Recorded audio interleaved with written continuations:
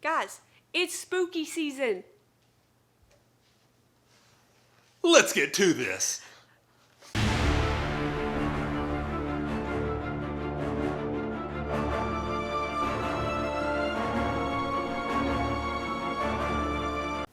On this channel, we talk about Halloween, Harry Potter, and theme parks. If that's something you're interested in, go ahead and hit that subscribe button.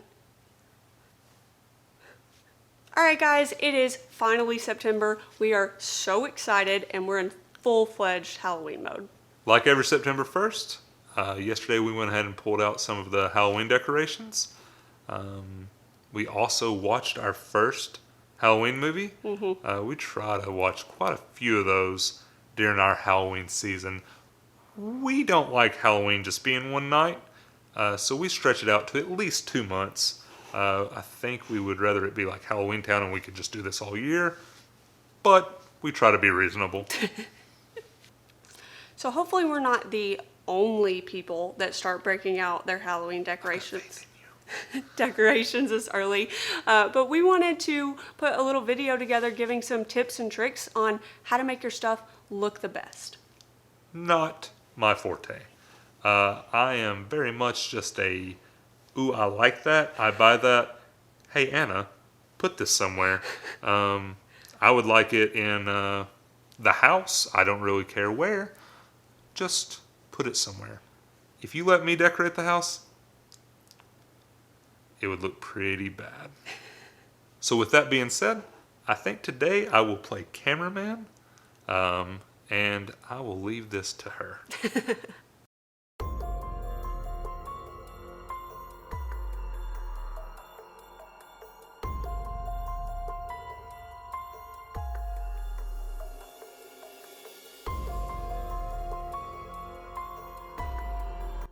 So I was lucky enough to grow up with a mom who is an interior designer, and she's taught me the tricks of the trade since I was a little kid.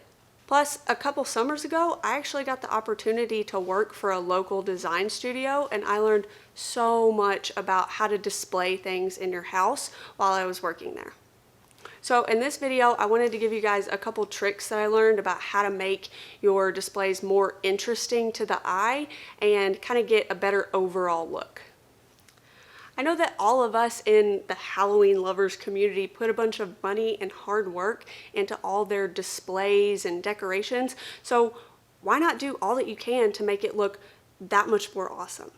Okay, so believe it or not, there are actually a couple rules in designing, and the first one I want to talk about today is called the rule of threes. So the rule of threes makes it sound like it's only talking about like 3 items, but what it really means is to group things in odd numbers. So anytime you're putting your decorations together on a shelf or anywhere that you're going to display them, you typically put them in groups, and you want those groups to have an odd number of items within the group. Okay, so for example, let's take these 4 pieces right here and pull them over to this side of this shelf. So when you look at these 4 items grouped together, they look fine, but it's not necessarily pleasing to the eye. But if you take these same objects and you break them up into an odd number grouping, like I have here, it looks much more interesting than having that even numbered group.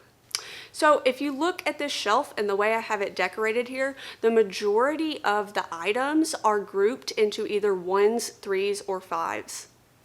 This is a really good way to make your shelving look a lot more attractive when you put your Halloween decorations on it. And this is something to keep in mind, not only with your Halloween decorations, but anytime you're putting together some kind of decor. Okay, so the next idea that I wanted to talk about with designing has to do with height. When you're grouping your items, you want to think about putting objects of differing heights together. So there's a couple different ways to do that. Obviously, some of the objects that you have are going to be different heights, but you can also alter the heights of things, especially like candles are really good for this, by putting a book underneath them. You can stack a couple books or something like that just to kind of play with the heights and get a little bit more interest out of your grouping. Another thing about heights is the way that you order them. You don't always want to have like short, medium, high, or have, you know, the tallest thing in the middle with the 2 shorter things on the sides. You want to do a variety of different height groupings within a single design that you're trying to pull together. Okay, so another thing that kind of goes along with height is thinking about matching things as far as colors go. And I don't necessarily mean matching, white with white or dark with dark or, orange with orange. What I mean is putting them in groups that complement each other. So for example, we have this navy table here. You don't necessarily want to put a bunch of dark colored stuff on top of it because it's not going to stand out very well. On the same token, we have these white shelves, and so you don't want to put just a bunch of white things on top of white shelves because they're going to blend in. Another thing to think about when you're looking at the color of your items that you can group together is you want to have some variety. So for example, I have this bright orange candle that's sitting on this darker piece of furniture that has some darker objects around it. It adds a fun, bright pop of color, and it really makes it prettier to look at. This can really be a bit of an issue when you're dealing with Halloween specifically because a lot of the colors kind of repeat themselves. You're going to see, orange, black, white, things like that, and there's not going to be a lot of variety. So when you're putting your groupings together, you want to try to avoid having like 3 or 5 of the same color objects together. For example, you could do 2 white pieces with an orange, or an orange, a black, and a white, but it's really important to just break it up throughout the whole design so it doesn't look repetitive. Another great tip that I love for decorating is using these really cute little LED lights. So you can get these lights all over the place. We usually order ours from Amazon. We'll actually put a link down in the description just in case you're interested. But they're really, really great for adding extra interest to your decorations. I really love to weave these throughout plates in my china cabinet. We have a couple in a little book that Tyler put that it just kind of gives a soft glow coming out from the opening. They're just really awesome to add that extra bit of pop to take your design to the next level. Okay, so the last rule that we're going to talk about is something called the rule of thirds.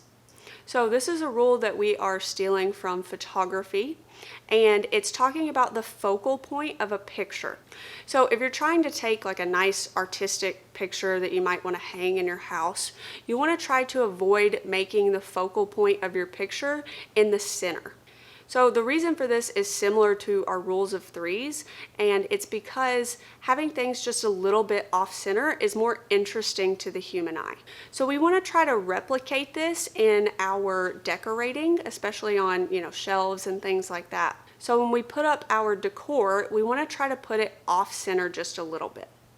Now, obviously, there are going to be some times where it just looks blank or empty if you don't put something in the dead center of a shelf. So when I have that issue, what I try to do is take the object that is centered in the middle of the shelf and try to set it a little bit off kilter. You can kind of see that here with the spider that we have hung on this shelf. There was a big open spot on this wall, and I thought the spider would add just a really nice pop of color, and it's kind of shimmery too, which adds some interest. But the only way that I could get it to kind of anchor in place was to center it here and put objects around it.